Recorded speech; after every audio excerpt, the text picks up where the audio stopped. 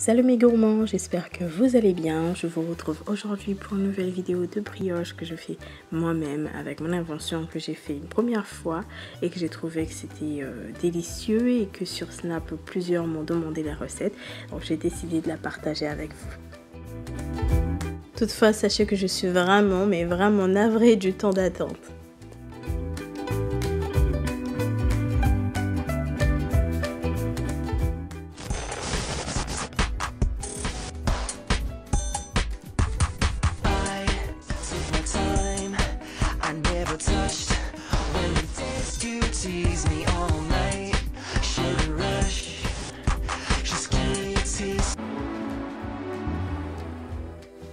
Pour cette recette, vous aurez besoin de lait tiède que vous aurez fait passer au micro-ondes.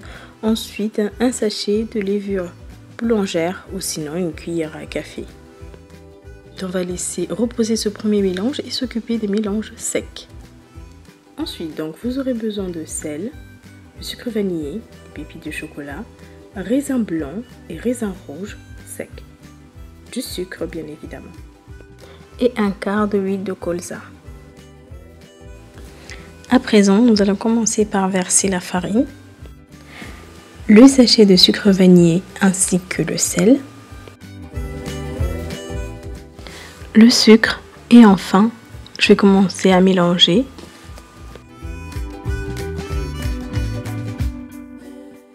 Je verse l'huile petit à petit et je fais en sorte d'éviter des grumons.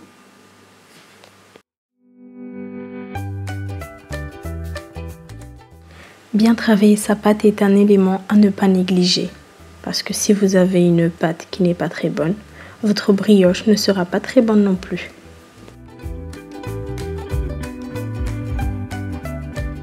Le mélange sec s'arrête là, donc nous allons commencer par verser le lait petit à petit pour éviter d'obtenir une pâte trop liquide ou une pâte trop épaisse.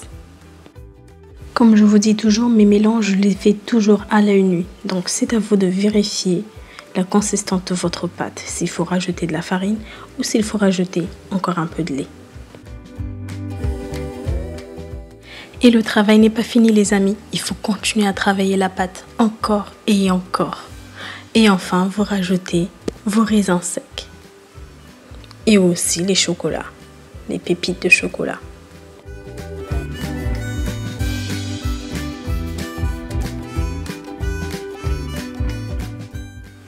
Mais je vous ai prévenu, le travail n'est pas fini, on continue. Il faut travailler la pâte les amis, on la travaille encore et encore, mais vraiment, c'est primordial.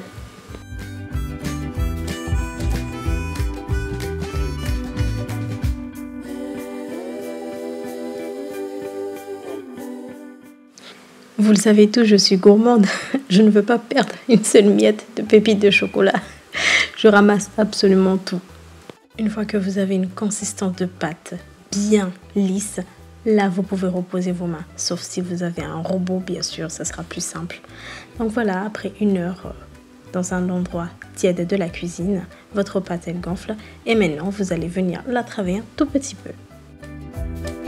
Alors, je prends un quart de ma pâte et je réfléchissais en fait, sur le moment, je réfléchissais ce que ça allait faire de ce morceau-là.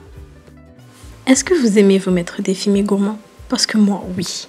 Et donc moi, en fait, j'ai voulu le faire à ma manière. J'ai évité d'aller voir des vidéos ou des astuces sur comment faire les tresses, les brioches tresses. Et donc, je l'ai fait à ma manière, n'importe comment, bien ou pas bien. Je l'ai réussi et je suis très fière de moi. Et je suis prête à le réaliser encore une fois, encore et encore. Et j'ai fait goûter à des personnes qui ont apprécié.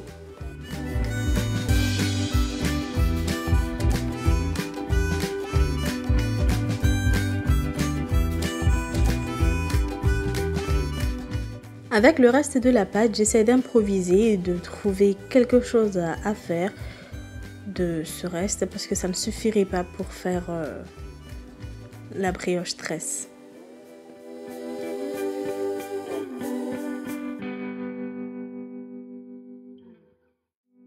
Ensuite, pour avoir des brioches bien dorées, je vous invite à badigeonner d'un jaune d'œuf plus un peu de lait demi-écrémé.